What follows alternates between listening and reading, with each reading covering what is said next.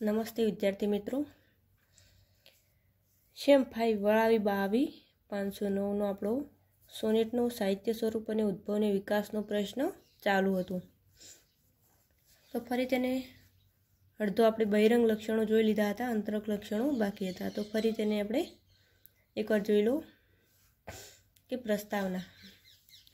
તો એમાં આવે સોનેટ 14 પંક્તિનું આવે છે. એક લાક્ષણિક કાવ્ય સ્વરૂપ. સોનેટના અન્ય પર્યાયો: બંગાળીમાં ચતુર્દશ કવિતા, માઇકલ મધુસૂદન. નવીનચંદ્રએ આપ્યું ચતુર્દશ કવિતા, માઇકલ મધુસૂદને આપ્યું, અને નવીનચંદ્ર સોનેટ શબ્દ આપ્યો. મરાઠી ભાષામાં ચતુર્દર્શક, ધ્વનિત, સ્વનિત, સુનિત આ બધા શબ્દો પ્રચલિત છે. જ્યારે પ્રોફેસર ઠાકોરે ચતુર્દશી શબ્દ આપ્યો સોનેટ માટે, અને ખબરદારે ધ્વનિત આપ્યું. પતિલે સનિટ શબ્દ આપ્યો, પણ આ એક શબ્દો ગુજરાતીમાં ચાલ્યા નહીં. નવીનચંદ્રએ આપેલો સોનેટ સ્વરૂપ, સોનેટનું સ્વરૂપ અત્યારે શબ્દ પ્રચલિત છે. તો આગળ આવે છે સોનેટના લક્ષણો, સોનેટના બહિરંગ લક્ષણો.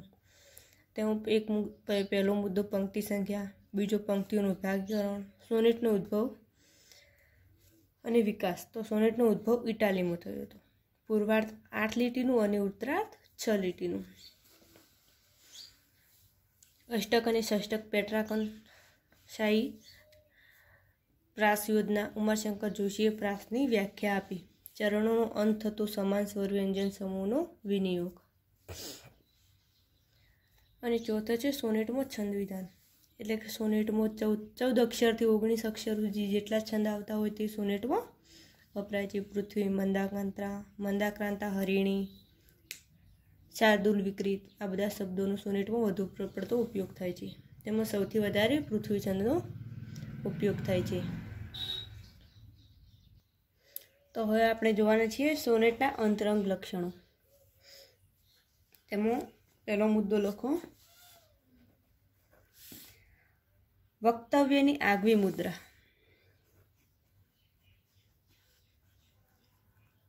વક્તવ્યની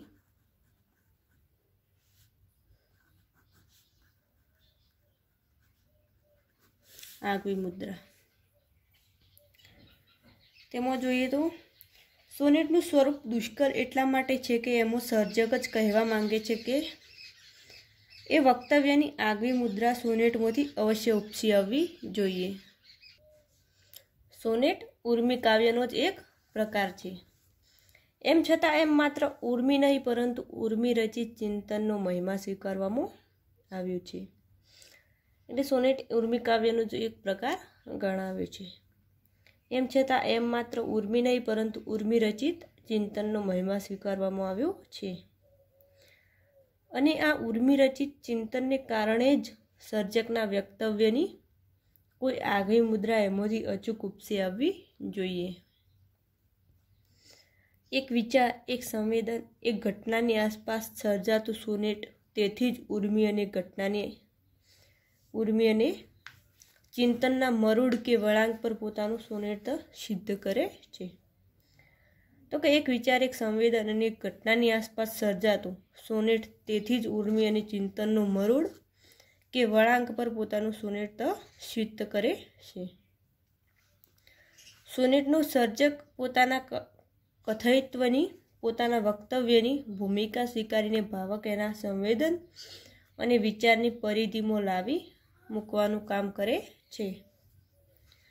સોનેટનો કવિ ઉર્મી અને ચિંતનના પિંડને પોતાની સર્જકતાના જોરે જ એક ચોક્કસ પ્રકારનું આગવું પરિણામ નિર્માણ કરી આપે છે.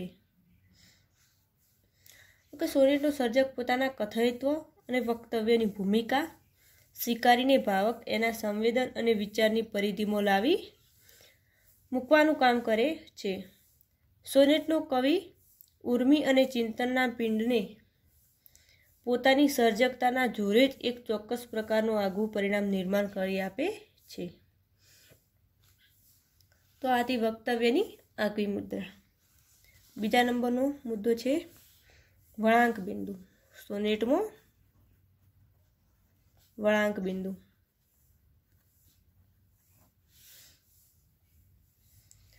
તો તેમાં જોઈએ સોનેટનું બીજું અંતરંગ લક્ષણ છે. આ સોનેટનું બીજું અંતરંગ લક્ષણ છે એનું વળાંક બિંદુ જેને ટર્નિંગ પોઈન્ટ કહેવામાં આવે છે. સોનેટના અંતરંગ લક્ષણનો ટર્નિંગ પોઈન્ટ છે વળાંક બિંદુ. એવું કોઈક વળાંક બિંદુ સર્જકના કથયત્વમાં વક્તવ્યમાં પ્રગટ થઈ ઉઠે એવું સોનેટ માટે અનિવાર્ય ગણાવ્યું છે. તો કે એવું સોનેટના સર્જકના કથયત્વમાં અને વક્તવ્યમાં પ્રગટ થઈ સોનેટ માટે અનિવાર્ય ગણાયું છે.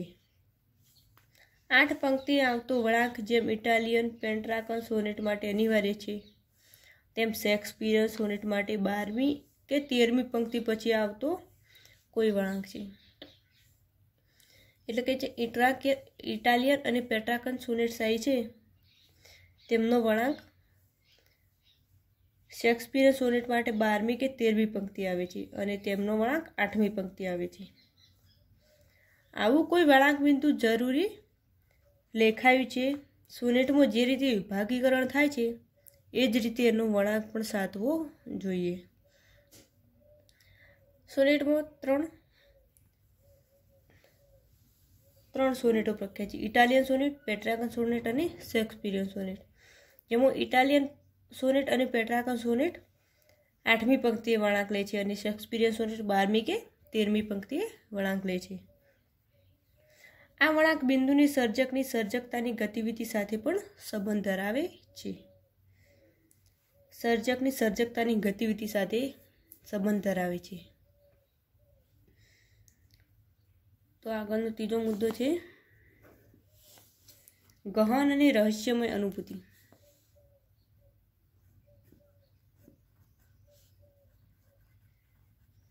ગહન અને રહસ્યમય ગતિવિધિ અનુભૂતિ.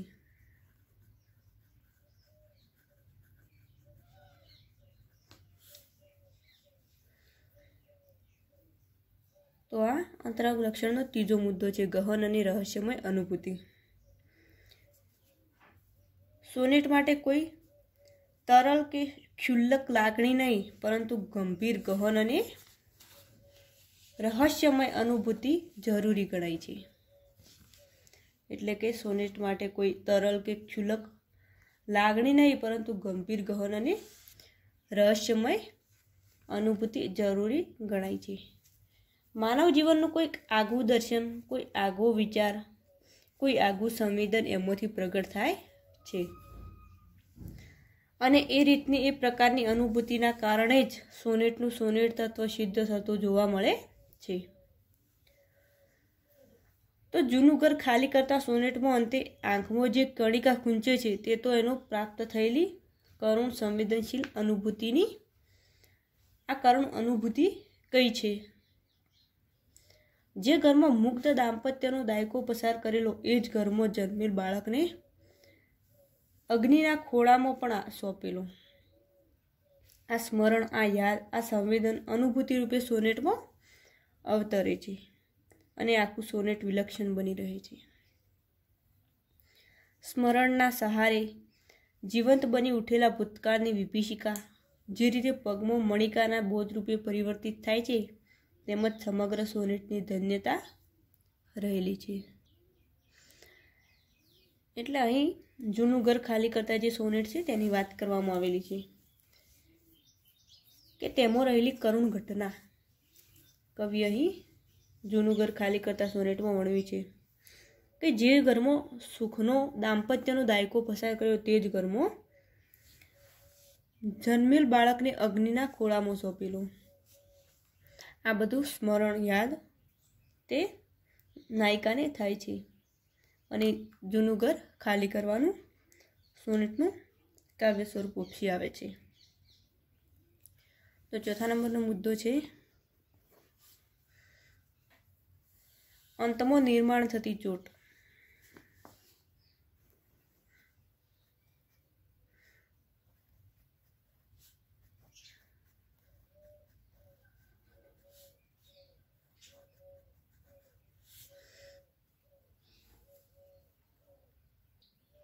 નિર્માણ થતી ચોટ.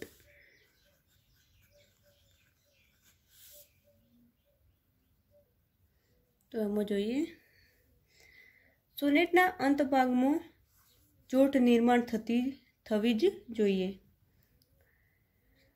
આ અંગે શ્રી ચંદ્રશંકર ભટ્ટ નોંધે છે કે અષ્ટકમાં ભરતીની જેમ વિચારોની ભરતી આવે છે।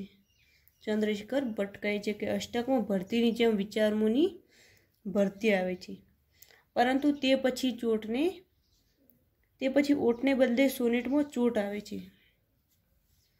વિચાર અને ઉર્મિનું સહજપણે આવેલું પરિણામ અંતમાં દેખાવું જોઈએ, કે સોનેટના અંતે જે પરિણામ આવે તે દેખાવું જોઈએ। સહજપણે આવેલું પરિણામ અંતમાં દેખાવું જોઈએ। સહજ અને સ્વાભાવિક રીતે આવેલી ચોટ કે આવેલો અંત જ અસરકારક કે પ્રભાવક બની રહે છે। ચોટ લાવવા ખાતર જ સૂત્રાત્મક 2 પંક્તિ ગોઠવી દેવાથી ઘન શક્કરવાર ન વળે। પ્રથમ પંક્તિમાં પ્રગટ થયેલું સંવેદન કે વિચાર બીજ ક્રમશઃ વિસ્તરતું જાય અને ભાવ વિકાસના સ્વાભાવિક પરિણામ સ્વરૂપ આવતો અંત સોનેટ માટે ફાયદાકારક છે। વીંછીના ડંખ જેવો ચટકો મારવો કે પૂંછડે સૂત્રાત્મક ઉક્તિ લટકાવી દેવાથી કૃત્રિમતા અને નાટકીયાત વધે છે, એટલું સોનેટકારે સમજવું જોઈએ। અહીં સોનેટકારે એક ઉદાહરણ આપ્યું છે કે વીંછીના ડંખ જેવો ચટકો મારવો કે પૂંછડે સૂત્રાત્મક યુક્તિ લટકાવવી તે કૃત્રિમતા અને નાટકીયાત વધે એટલું સોનેટકારે સમજવું જોઈએ।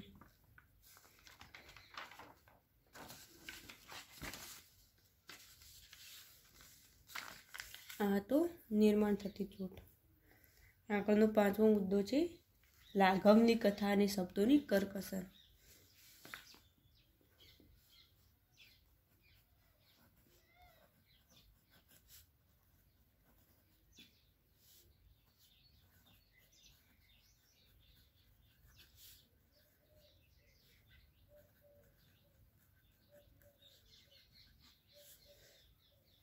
એટલે કે 14 પંક્તિમાં સમગ્ર સોનેટનો ઉલ્લેખ કરવાનો હોય છે, તેથી શબ્દોની કરકસર કરવી પડે છે। તો જોઈએ, માત્ર 14 જ લીટીમાં અટોપાઈ જતું આ કાવ્ય સ્વરૂપ ગાગરમાં સાગર ભરવા જેવી લાઘવ કલાની અપેક્ષા રાખે છે, કે થોડા શબ્દોમાં ઘણું બધું કહી દેવું, તેમ ગાગરમાં સાગર ભરવા જેવી લાઘવની અપેક્ષા રાખે છે। સોનેટનો સર્જક એથી જ શબ્દોની કરકસરનું મર્મ જાણતો હોય છે। લાઘવની કલાનો મતલબ સર્જક જ સોનેટને સાંગોપાંગ સર્જી શકે છે। આ રીતે સર્જાયેલ સોનેટમાં વળાંક અને ચોટ સહજ પરિણામ સ્વરૂપે પ્રગટ થાય છે। એટલે કે સોનેટનો સર્જક જે સોનેટ રચે છે તેને શબ્દોની કરકસર કરતાં સારી રીતે આવડતી હોય છે, તે તેનો મર્મ જાણતો હોય છે। થોડા શબ્દોમાં ઘણું બધું કહી દેવું તે ખૂબ જ સારી રીતે તેને આવડતું હોય છે, તેથી લાઘવની કથા અને શબ્દોની કરકસર વર્તાય છે। 6 નંબરનો મુદ્દો છે કથાનક કે વિષય।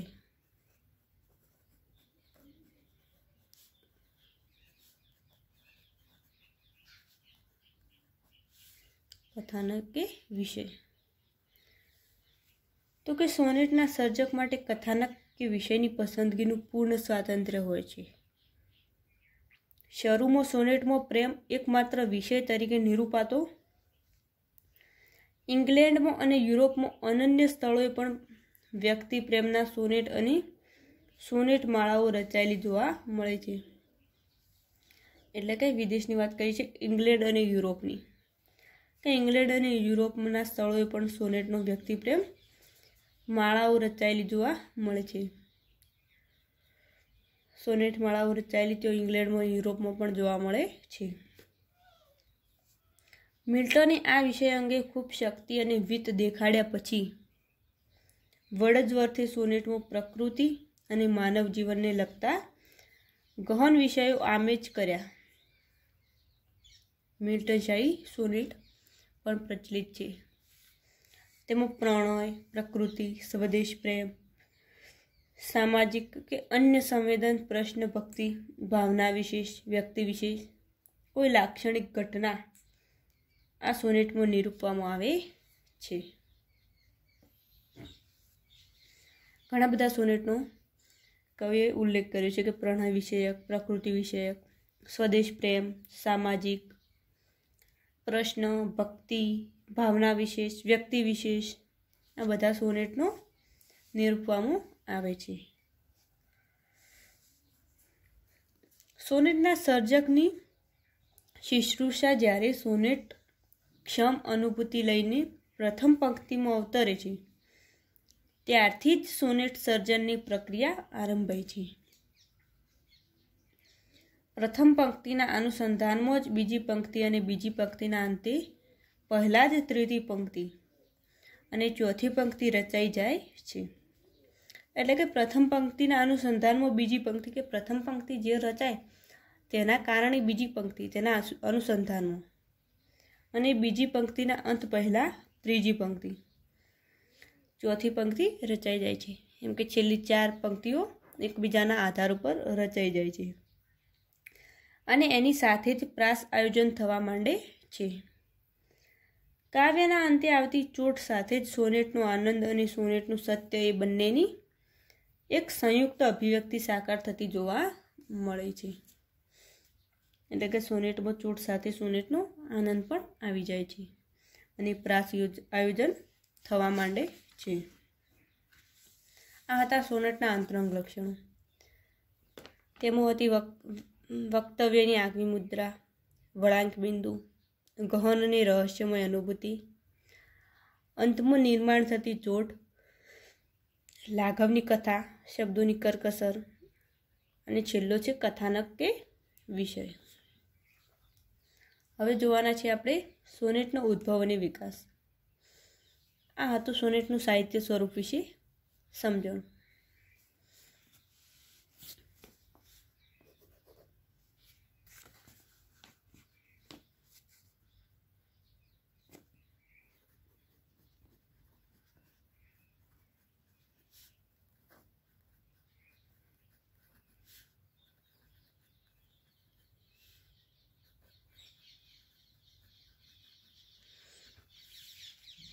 सोनेटनो उद्भव अने विकास। तेमां पहेलो मुद्दो छे सोनेटनो पश्चिममो उद्भव अने विकास।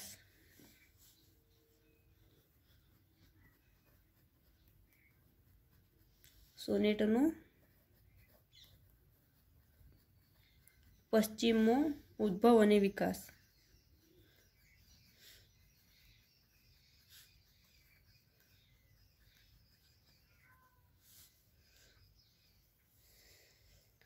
तो तेमो जोईए तो आपणे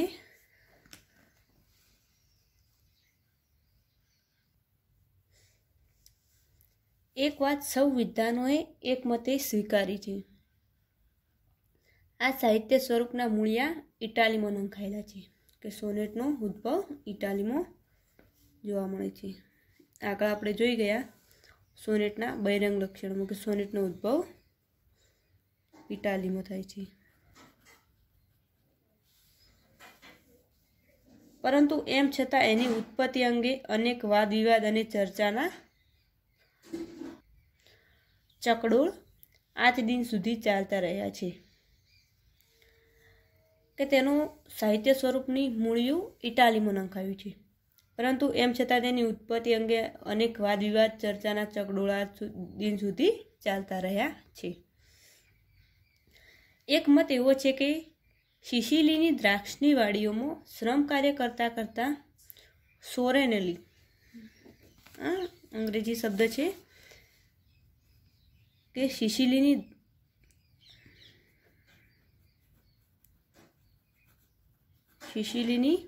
દ્રાક્ષની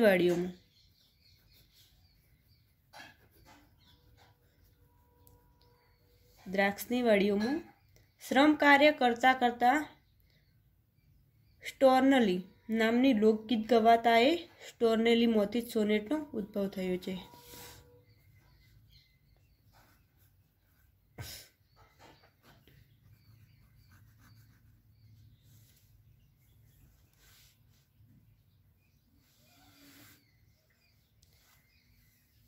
તેમાંથી જ સોનેટનો ઉદ્ભવ થયેલો ગણાવે છે. તો બીજો મત પણ તેની સામે આવે છે કે પ્રોવેન્સ નામના પ્રાંતમાં ઘેટાઓને ગળે જે ઘંટડીઓ બંધાતી એના ઉપરથી ફ્રેન્ચ શબ્દ સોનિટ એવો શબ્દ બનેલો અને તેમાંથી સોનેટ શબ્દ આવ્યો. બીજો મત છે કે પ્રોવેન્સ નામના પ્રાંતમાં ઘેટાઓની ગળે જે ઘંટડીઓ બંધાતી તેના ઉપરથી ફ્રેન્ચ શબ્દ સોનેટ અને એ શબ્દ બનેલો તેમાંથી સોનેટ શબ્દ આવ્યો. તેમાંથી સોનેટ શબ્દનો ઉદ્ભવ થયો. સર આર્થર ક્વિલર કુચે અંગ્રેજી સોનેટનો સંગ્રહની પ્રસ્તાવનામાં સોનેરે વાદ્ય વગાડવું શબ્દ પરથી વાદ્યની સાથે ગવાતું કાવ્ય એવો શબ્દ આવ્યો હોવાનું જણાવે છે. કે વાદ્ય વગાડવું, આ વાદ્યની સાથે ગવાતું કાવ્ય, તેના ઉપરથી સોનેટ શબ્દનો ઉદ્ભવ થયેલો જણાવ્યું છે.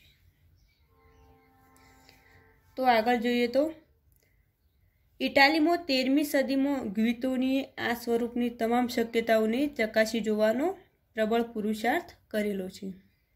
કે ઇટાલીમાં 13મી સદીમાં ગ્વિતોનીએ આ સ્વરૂપની તમામ શક્યતાઓની ચકાસી જોવાનો પ્રબળ પુરુષાર્થ કરેલો છે. ગ્વિતોની પહેલા ઇટાલીઓમાં આ સ્વરૂપ સર્જાતું હતું. જો કે ગ્વિતોનીએ સોનેટના સ્વરૂપના નિયમો સુદૃઢ કરવાનું અને આ સ્વરૂપને સ્થાપિત કરવાનું અગત્યનું કામ કર્યું છે.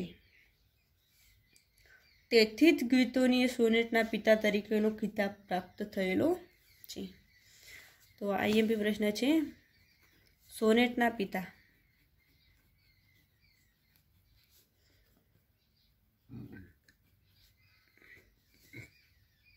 એ સોનેટના પિતાનો ખિતાબ ગ્વિતોનીને મળે છે. સોનેટના પિતા ગ્વિતોની. આ ઉપરાંત પેટ્રાક, તાસો, માઇકલ એન્જેલો, બેમ્બો વગેરેનું નામ સોનેટ સાથે સંકળાયેલું છે. જોઈ લેજો કે પેટ્રાક, તાસો, માઇકલ એન્જેલો, બેમ્બો વગેરેનું નામ સોનેટ સાથે સંકળાયેલું છે. ત્યારબાદ ઇંગ્લેન્ડ, જર્મની, ફ્રાન્સ જેવા દેશોમાં આ સ્વરૂપનો વિકાસ થયેલો જોવા મળે છે. ઇંગ્લેન્ડ, ફ્રાન્સ જેવા દેશોમાં પણ તેનો વિકાસ થયેલો જોવા મળે છે. તો હા, તો પહેલો મુદ્દો. હવે આ બીજા નંબરનો મુદ્દો છે, ભારતની અન્ય ભાષાઓમાં સોનેટ.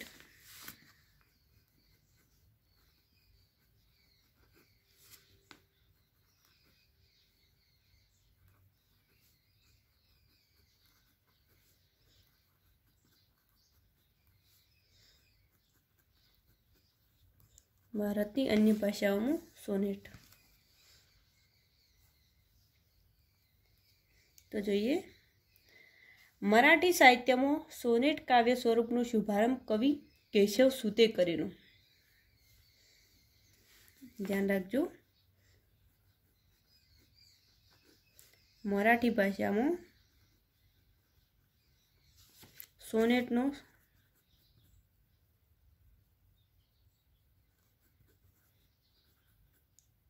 શુભારંભ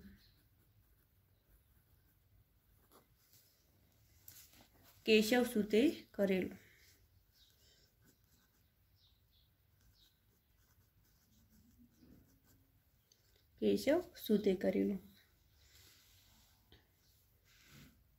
મરાઠી કરતાં બંગાળી સાહિત્યમાં સોનેટનું સ્વરૂપ વહેલું પ્રચાર પામેલું.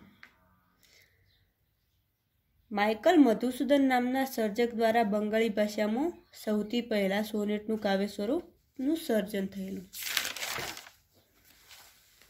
તો આગળ જોઈએ તેમ માઇકલ મધુસૂદન નામના સર્જક દ્વારા, જેમને સોનેટના અલગ અલગ શબ્દો આપ્યા હતા. માઇકલ મધુસૂદન ચતુર્દશ કવિતા બંગાળીમાં આપેલી હતી. તેમ બંગાળી ભાષામાં સૌથી પહેલાં સોનેટનું કાવ્ય સ્વરૂપ માઇકલ મધુસૂદને આપેલું. તેમાં જોઈ લેજો.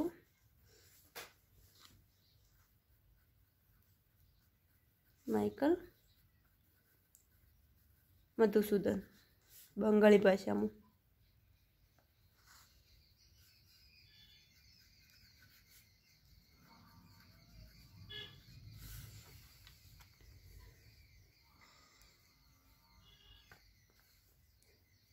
માઇકલ મધુસૂદને પોતાના સોનેટનો સંગ્રહ ચતુર્દશ કવિતાવલી, ચતુર્દશ કવિતા જે શબ્દ આપ્યો હતો તેમાં કરી લો.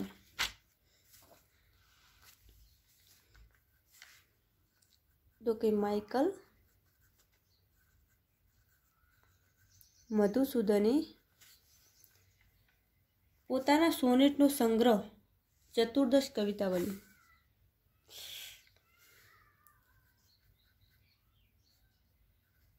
સોનેટનો સંગ્રહ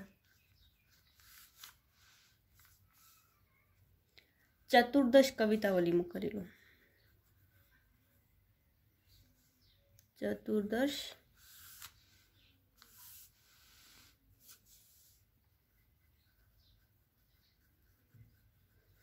કવિતાવલીમાં કરેલો.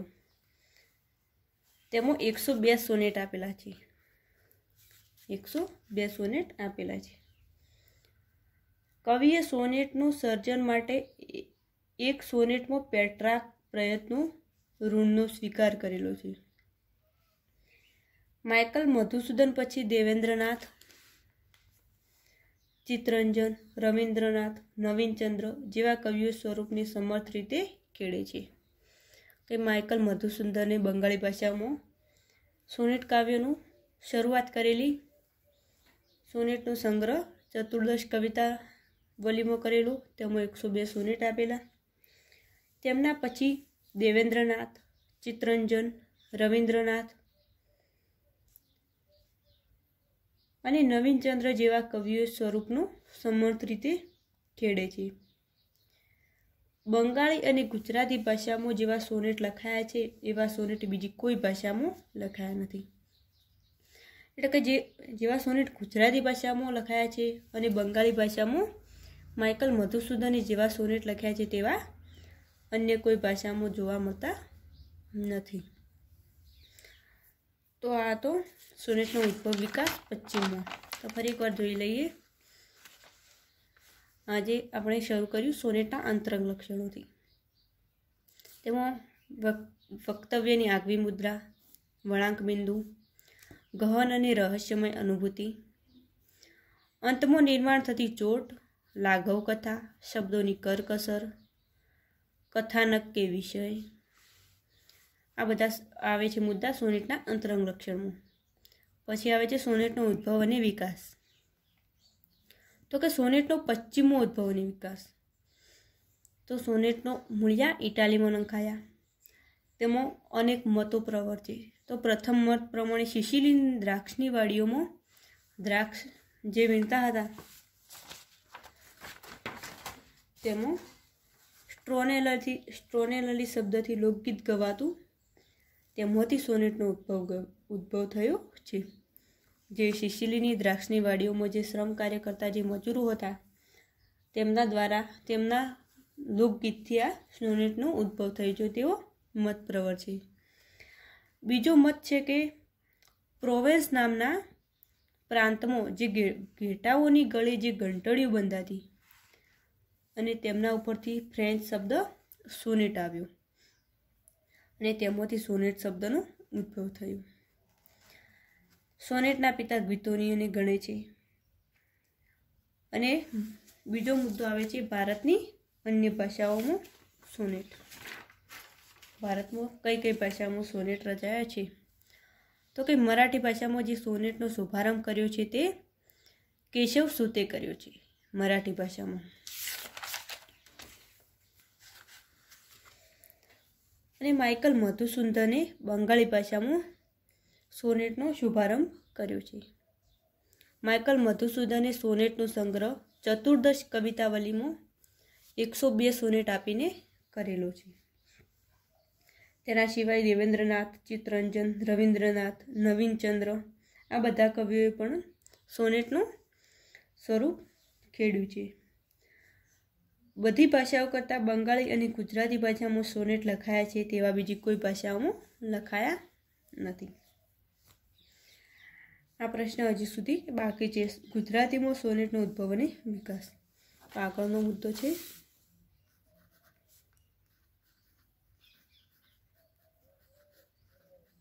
ગુજરાતીમાં સોનેટનો ઉદ્ભવ અને વિકાસ.